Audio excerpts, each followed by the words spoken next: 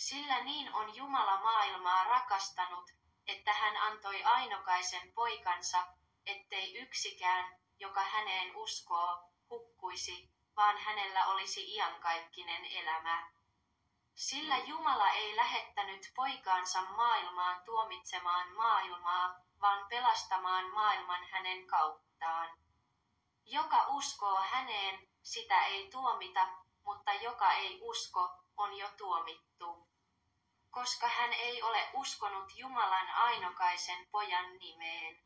Tämä on tuomio, valo on tullut maailmaan, mutta ihmiset rakastivat pimeyttä valon sijaan, koska heidän tekonsa olivat pahoja. Jokainen, joka tekee pahaa, vihaa valoa, eikä tule valoon, koska pelkää, että heidän tekonsa paljastetaan. Mutta jokainen, joka elää totuuden mukaan, tulee valkeuteen, jotta nähtäisiin selvästi, että se, mitä he ovat tehneet, on tehty Jumalan edessä.